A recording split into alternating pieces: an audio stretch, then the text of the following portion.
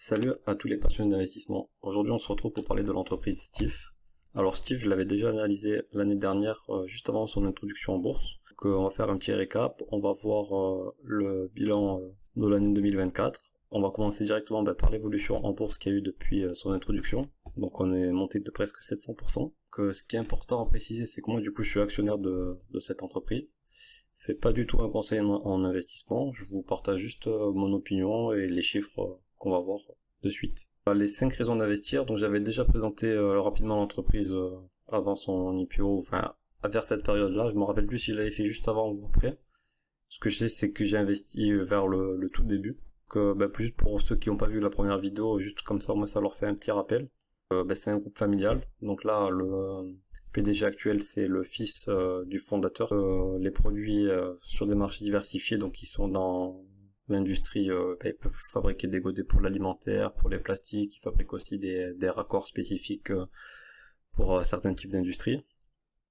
Donc là, plus récemment, ils sont positionnés sur les BESS. Donc c'est des protections contre des explosions dans le milieu des batteries en fait, pour stocker tout ce qui est énergie solaire ou éolienne, etc. Donc l'entreprise, elle est très très diversifiée géographiquement. On est dans plus de 80 pays. Et donc voilà, l'ambition, là c'est l'augmentation du chiffre d'affaires prévu. Donc là déjà en 2024, on est arrivé à l'objectif 2025. Et il prévoit même pour 2027 d'arriver à l'objectif de 2027 avant, donc faire les 80 millions. Je pense qu'en 2026, ils les auront déjà dépassés. Donc on va directement aller sur la présentation. Donc pour ceux qui veulent après y retourner, je vous montre comment faire. Donc c'est dans documentation financière.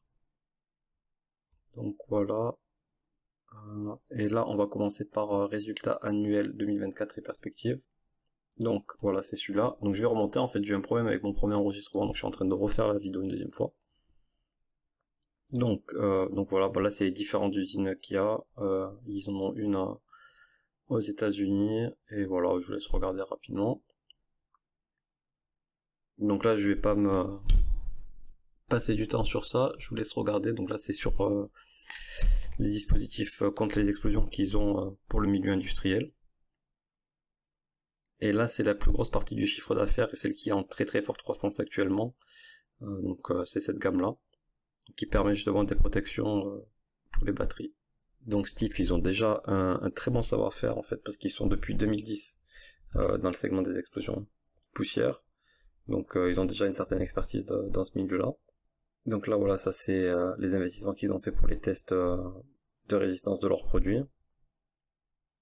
Donc là c'est les partenariats importants qu'ils ont fait. Donc du coup j'avais précisé tout à l'heure dans la précédente vidéo, mais je ne l'ai pas montré. Donc ils ont fait des partenariats avec, ils ont des contrats avec des grandes entreprises comme Tesla. Alors je sais que sur ma première vidéo ça avait fait parler en commentaire.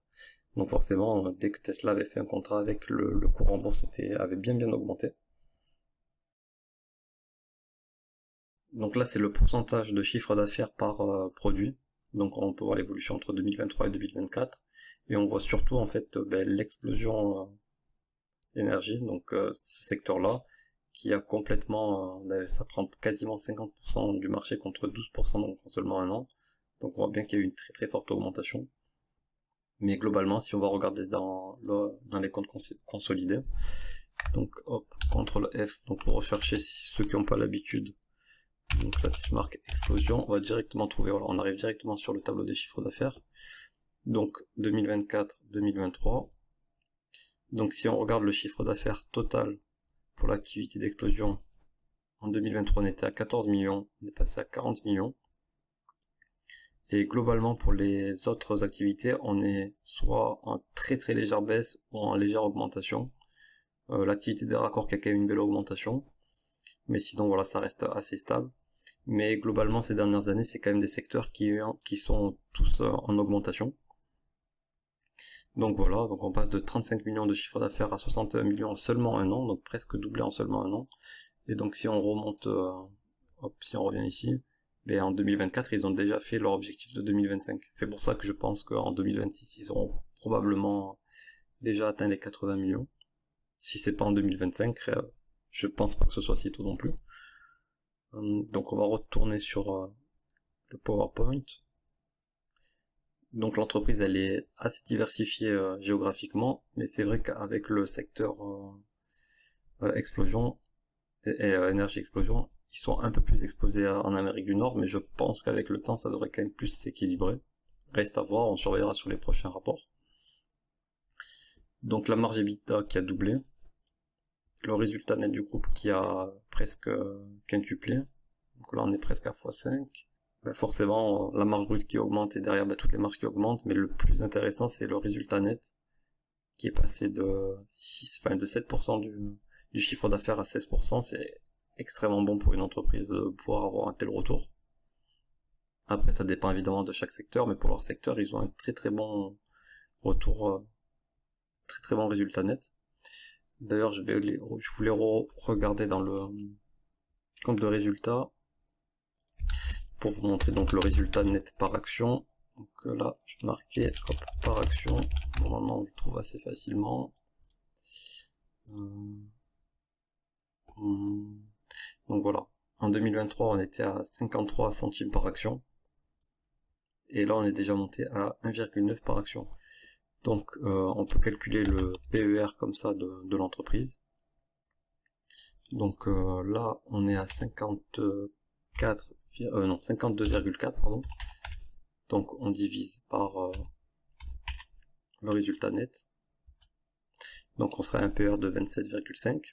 Donc pour moi qui est un PER élevé pour acheter, après évidemment c'est pas du tout un conseil en investissement. Pour moi je serais intéressé sur les 19, sur un PER de 19 je pense. Donc ça nous ferait un cours à 36,1 €. Donc voilà, après évidemment en fonction de ce qui se passe d'ici là je pourrais encore ajuster, mais on pourrait même prendre une marge d'erreur de 10% et se dire sur les 33 €. Mais voilà, après ça ne concerne que moi. Pour la suite. Alors je vais pas rester longtemps sur la structure financière, on va juste noter que la trésorerie nette, elle est montée à 5,2 millions d'euros. Donc la situation financière globale elle est très très saine, ça c'est certain. Donc voilà, l'agenda financier, donc je sais pas si ça vous intéresse que je fasse le suivi de Steve, moi c'est une entreprise que j'aime bien et une des plus grandes positions de mon portefeuille. Donc pourquoi pas faire un suivi avec vous s'il y a quelque chose d'intéressant à dire pour le chiffre d'affaires au premier semestre 2025. Donc c'est le 22 juillet, peut-être faire une vidéo là, et pour les résultats au premier semestre, faire une vidéo. Donc dites-moi en commentaire si ça vous intéresse une vidéo sur Steve, enfin d'autres vidéos. Et on va finir sur les perspectives. L'investissement, donc ils sont encore en train d'investir massivement cette année, donc ils se préparent aux futures augmentations de volume. Ils continuent d'installer des nouvelles infrastructures sur leur site, et l'effectif en Chine qui a aussi triplé. Donc ils nous disent qu'en 2025 on peut s'attendre à une croissance de l'ordre de 20% du chiffre d'affaires. Donc admettons que le bénéfice net augmente de la même proportion, là sachant que le bénéfice net a beaucoup plus augmenté cette année que le chiffre d'affaires en pourcentage, donc admettons qu'il augmente même d'aller de 20 à 25%, on arriverait on va dire sur les 2,40 €, donc on pourrait même refaire le calcul avec 2,40 €, 19 fois les bénéfices, fois 2,40 €, donc on serait sur un cours des 45 €. Donc quand on voit le cours actuellement, il n'est pas si surévalué que ça. Donc après peut-être toujours prendre une marge d'erreur, donc on va enlever 10% sur les 41 €.